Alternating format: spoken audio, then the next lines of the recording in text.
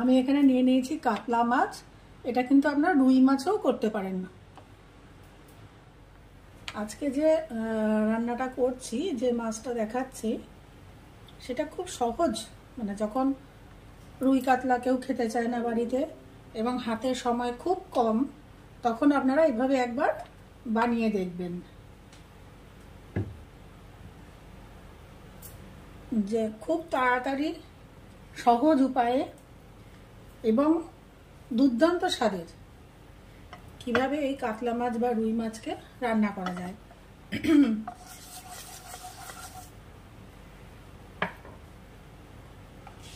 তেলটা গরম হতে দিয়েছি।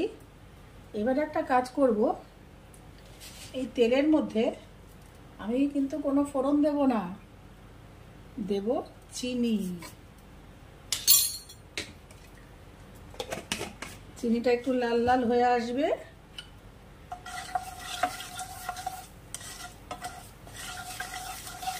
এটাও একটা অপূর্ব স্বাদ। আমি চেষ্টা করি একটু ভিন্ন স্বাদের রান্না আপনাদের সাথে শেয়ার করতে।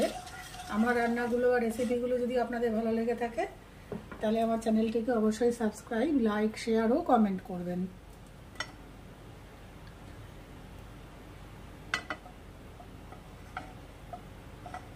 চিনিটা দেখুন গলতে শুরু করেছে। চিনিটা একটু বড় করি, তাহলে বুঝতে পারবেন। ছবিটাকে একটু বড় করি। হ্যাঁ, দেখুন চিনি কিন্তু গলতে শুরু করেছে।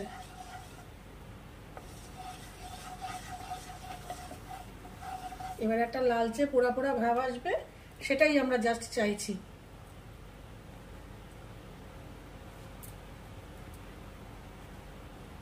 এটাই এই রান্নাটার বিশেষত্ব। আর তো মশলাগুলো দেবই। এই দেখুন একটু লাল লাল হয়ে এসছে। আচ্ছা, এবারে আমি গ্যাসের ফ্লেম একদম কমিয়ে দিলাম। কমিয়ে দিয়ে আমি নুন হলুদ মাখানো মাছের পিসগুলো দিয়ে দিলাম ভাজার জন্য।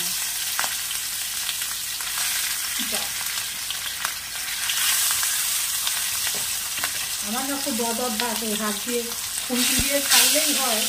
আমি সবাইকে বলি খুন্তি দিয়ে মাছ যখন ভাজার সময় খুন্তি দিয়ে ছাড়তে, কিন্তু নিজে সেটা ফলো করি না।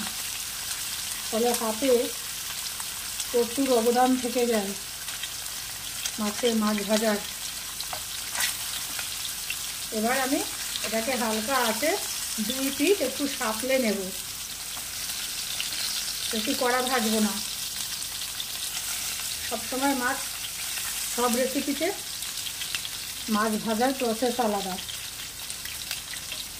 মশলা কখন দেব, কতটুকু সাঁতলাবো, কতটুকু কি, এগুলো কিন্তু টিপস অ্যান্ড ট্রিক্স অনেক আছে। তার উপরে কিন্তু রান্নার স্বাদ। দেখবেন একই মশলা, একই মাছ, একই জিনিস, এক একজনের হাতে এক এক রকম টেস্ট। তার কারণ হচ্ছে এই মশলা কষানো, মাছ ভাজা বা সবজি ভাজা, কোন মশলাটা কখন কোন সময় দিচ্ছেন, সেগুলোর ওপর নির্ভর করে। সুতরাং আপনারা ভিডিও স্কিপ না করে পুরো ভিডিওটা স্টেপ বাই স্টেপ দেখতে থাকুন। আচ্ছা, মাছটা আমি ভেজে নিয়ে ফিরে আসছি পরের স্টেপে। দেখুন এখানে মাছ ভাজা হয়ে গেছে, এর থেকে বেশি আমি ভাজবো না। এই মাছগুলোকে আমি একটুখানি সাইডে সরিয়ে রাখছি। আমি আলাদা কিন্তু মাছ ভেজে তুলে রাখছি না, সব একটার মধ্যেই রান্না করছি। আপনারা যদি বলতে চান যে এটাকে 1 পট, তাহলে 1 পটই দিয়ে দিলাম লঙ্কা বাটা।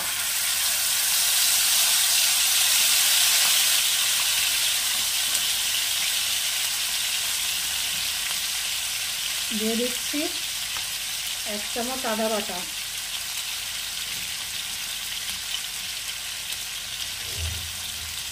এরপরে দেব একটু হলুদ,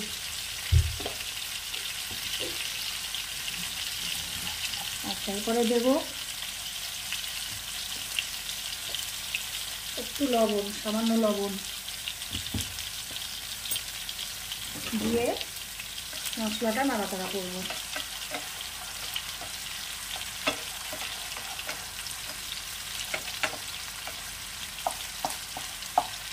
আপনারা যদি মনে করেন বা কেউ অফিস থেকে আসলো বা কলেজ থেকে আসলো, মেসে, হস্টেলে, ওয়ান পট ফিশ কারি কিন্তু এটা বলাই যেতে পারে। এবং গরম ভাতের সঙ্গে এটা কিন্তু আর কিছু লাগবে না। এই রান্নাটা যদি করে নেয় গরম ভাতের সঙ্গে কিন্তু জাস্ট আর কিছু লাগবে না।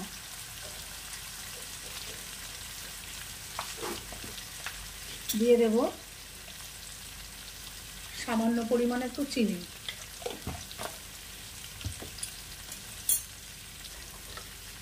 এইবারে দিয়ে দেব জাস্ট এই যে দেখুন কতটুকু জল দিচ্ছি, এই পরিমাণ জলটা দিলাম। দিয়ে এবার গ্যাসের ফ্লেম আমি বাড়িয়ে দেবো, দিয়ে মাছটাকে একটুখানি সিদ্ধ হতে দেবো। মাছটা সিদ্ধ হলে আবার ফিরে আসছি আপনাদের কাছে।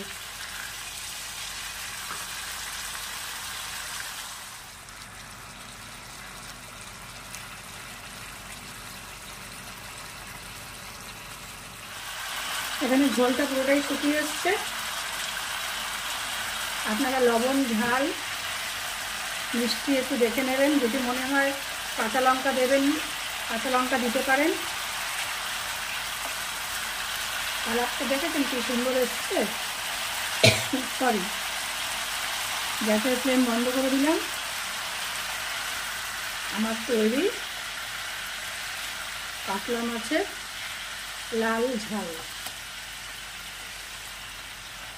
এটা গরম ভাতের সঙ্গে শুধু খেতে হবে, শুধু গরম ভাত আর কিচ্ছু না। ফিরে আসছি প্লেটিং করে।